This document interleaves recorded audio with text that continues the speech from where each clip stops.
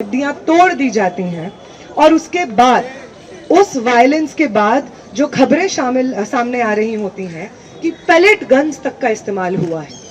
वो बेशर्म दिल्ली पुलिस जो 2 दिन पहले तक डिनाई कर रही थी कि कोई पैलेट गन का इस्तेमाल नहीं हुआ है, जब मीडिया ने इसको मैसिव स्केल पे कवर किया, एक मीडिया कर्मी का एमएलसी निकला, उसमें आया कि उनको पैलेट आया है, तब जाकर के फाइनली दिल्ली पुलिस को ये एक्सेप्ट करना पड़ा है 2 दिन पहले कि हाँ हमने पैलेट गन्स का इस्तेमाल किया है। बिहार में भी जिस तरीके का एक्सेसिव टारगेटिंग हो रही है मुस्लिम और दलित स्टूडेंट्स की, नाम पूछ करके उनको मारा पीटा जा रहा है, उनको पुलिस कस्टडी में इंटिमिडेट किया जा रहा है और अब फाइनली बेऊर में जाकर के मैक्सिमम स्टूडेंट्स को रखा गया है।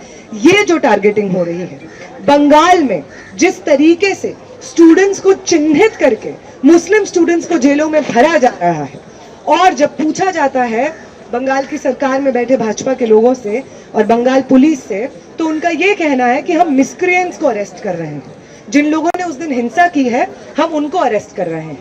ग्राउंड पे जो हमारे साथी हैं और जो लॉयर्स हैं, उनका साफ सीधे तौर पे यही कहना है कि कोई मिसक्रिएंट को चिन्हित नहीं किया जा रहा है। वो लोग जिन्होंने जर्नलिस्ट के साथ बदतमीजी की उनको चिन्हित किया जा रहा हो, ऐसा बिल्कुल नहीं है। स्टूडेंट्स का टारगेटिंग असॉल्ट और अरेस्ट बंगाल भर में इस वक्त चल रहा है। 1 मिनट के लिए नहीं, 1 सेकंड के लिए नहीं, हम नहीं मानेंगे कि होम मिनिस्टर अमित शाह के एक्सप्लिसिट परमिशन और नॉलेज के बिना सेंट्रल दिल्ली में पैलेट्स चलाए गए हैं, एक पल के लिए हम मंजूर नहीं करते हैं। तमाम सरकार के लोग जो ये नैरेटिव पेडल कर रहे हैं कि हम लोगों ने इस दिन जहां पे जंतर मंतर पे प्रोटेस्ट चल रहे थे, वहां पे जिन लोगों को चिन्हित किया है उसमें 2800 लोग क्रिमिनल्स हैं जिनका क्रिमिनल एंटीसीडेंट है। आप ये बताइए, आप दिल्ली पुलिस के लोग हैं, आपके पास पूरी व्यवस्था मौजूद है, पूरा सर्वेलेंस का सिस्टम मौजूद है, आप क्यों इंतजार कर रहे थे कि एक बड़ा प्रोटेस्ट होगा जंतर मंतर पे जिसमें सब लोग आएंगे, सारे अपराधी आएंगे और उसके बाद हम चिन्हित करेंगे? पुलिस का काम क्या ये है कि वो इंतजार करते रहे कि मुजरिम उसके पास चल के आए और तब जाके वो कोई कार्रवाई ले? और अगर ऐसा नहीं है और अगर आप ये जो 2800 का आंकड़ा बता रहे हैं वो एक बढ़ा चढ़ा करके आंकड़ा बता रहे हैं, हमारे प्रोटेस्ट को डिस्क्रेडिट करने के लिए बता रहे हैं, तो हमारा आपसे ये सवाल है कि यहाँ पे एक लंबे समय से 50 दिन के ऊपर तक यहाँ पे पीसफुल प्रोटेस्ट चले। उन पीसफुल प्रोटेस्ट की जो मांग थी, मेन डिमांड धर्मेंद्र प्रधान का इस्तीफा, उस इस्तीफे को, उस डिमांड को माना गया और सरकार ने अपने रिप्रेजेंटेटिव को भेज करके इस चीज को वैलिडेट किया कि यहाँ पे जो स्टूडेंट्स के प्रोटेस्ट हो रहे थे वो जायज हो रहे थे, उसकी डिमांड्स जायज हैं। उसके बाद अब जब सत्ता में बैठे लोगों का अहंकार टूटा है, आपकी घर घर में थू थू हो रही है, 20 तारीख को आपने जो हिंसा की है, आप लोगों को इंसान नहीं समझा जा रहा है, पुलिस कर्मियों को, सिक्योरिटी पर्सनल्स को, हर जगह पे वो लोग जो गोदी मीडिया का नैरेटिव सुन करके प्रोटेस्टर्स को एंटी नेशनल और पाकिस्तानी कहा करते थे, वो कंधे से कंधे मिला करके आज हमारे साथ चल रहे हैं। आपने जो 20 तारीख को हिंसा की है उसको कंडेम कर रहे हैं, तो आप लोग अपना बचा कुचा अहंकार बचाने के लिए अब इस अटेम्प्ट को कर रहे हैं कि जंतर मंतर पे जो पीसफुली लोग बैठे हुए थे आप उन्हीं को मुजरिम करार दे दीजिए। हम जानते हैं कि आपका ये 2800 का आंकड़ा है, उसका कोई मतलब नहीं है एक्सेप्ट कि आप चाहते हैं कि जंतर मंतर पे जो प्रोटेस्ट हुए, जिनकी डिमांड्स मांगी गई, जिसके बाद धर्मेंद्र प्रधान को इस्तीफा देना पड़ा, आप चाहते हैं कि वो प्रोटेस्ट डिस्क्रेडिट हो जाए।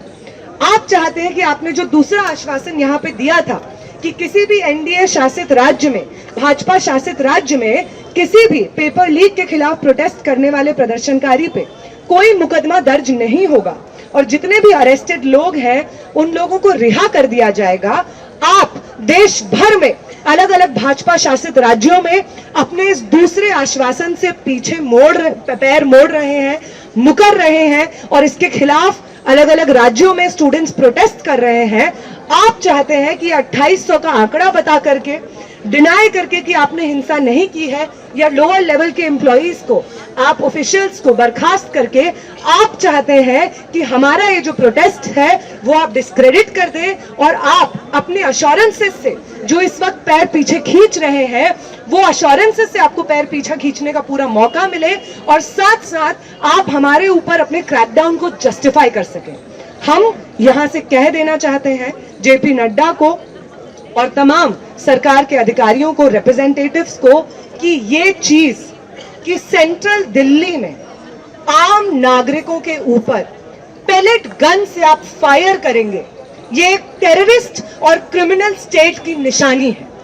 किसी भी तरीके से ना दिल्ली में और ना देश भर के किसी भी राज्य में हम इस चीज को नॉर्मलाइज होने देंगे कि किसी भी प्रोटेस्ट को डिस्पर्स करने का एक वाजिब तरीका है पेलेट गन्स का इस्तेमाल, या जो सिवान में हुआ AK-47 का इस्तेमाल, ये किसी भी तरीके से हम आपको नॉर्मलाइज नहीं करने देंगे।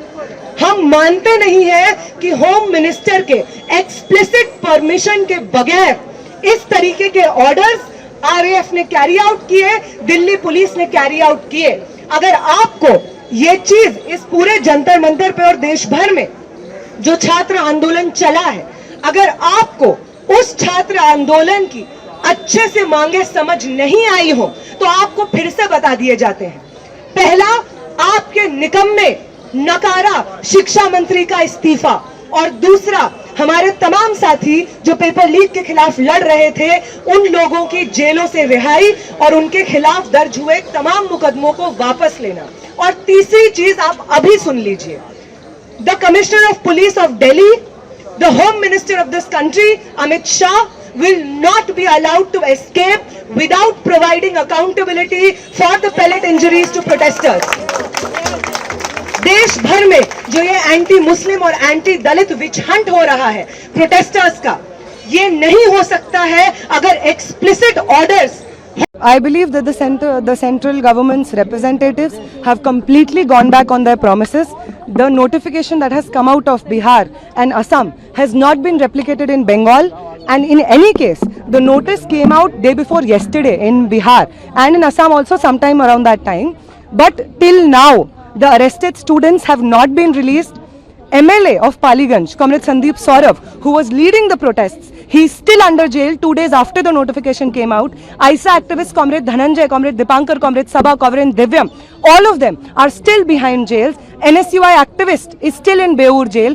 All of them are still lodged in jail 2 days after the notification came out. We do not understand what the delay is.